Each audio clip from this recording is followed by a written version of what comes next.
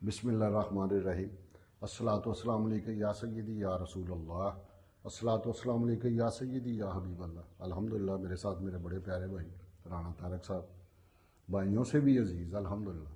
पुरानी रफ़ाकत, बहुत पुरानी रफ़ाकत, समझ लें कि बचपन इकट्ठा गुजरा अल्हम्दुलिल्लाह। अल्लाह पाक इनको सलामत रखे। आज कराची से आए हैं तो इनकी मेहरबानी मिलने के लिए आ गए हैं। अल्लाह पाक इनको सलामत रखे।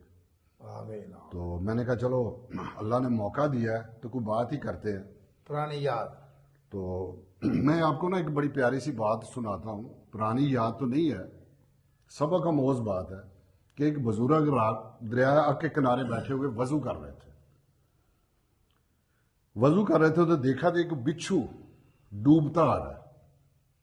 उन्होंने देखा तो उन्होंने हाथ से ना उस बिच्छू को निकालने की कोशिश की। अच्छा। जब निकालने लगे तो जाहिर है बिच्छू का काम है डंग मारना, काटना।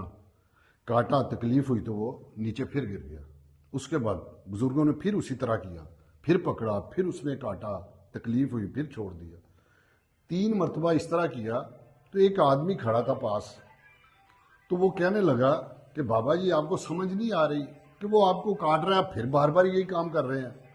तो बाबा जी ने बड़ी खूबसूरत बात की। उन्होंने कहा बेटा मेरी बात सुन, इसकी फितरत है, बुरी है काटना, डंग मारना, इसकी फितरत में शामिल है। ये अपनी गंदी फितरत नहीं छोड़ रहा, मेरी फितरत है बचाना। तो जबकि ये गंदी फितरत नहीं छोड़ रहा तो मैं अपनी अच्छी फितरत क्यों छोड़ दूं? क्या बात यह है कि ये ना सोचे उसने मेरे साथ क्या किया, उसने मेरे साथ क्या किया। यार अगर उसकी फितरत अच्छी नहीं है तो आप ऐसा ना करें, आप अपनी अच्छी फितरत को जिंदगी में ना छोड़ें। अगर किसी के काम आ सकते हैं तो वल्लाह आ जाए। आज हैं कल नहीं है, पता ही नहीं है कल क्या करना है। तो कोशिश करें, अगर किसी का कुछ कर सकते हैं तो कर जाए। अल्लाह पाक सबको अपनी हिफ्ज़ में आमीन। रखे। आमीन। जबरदस्त जबरदस्त।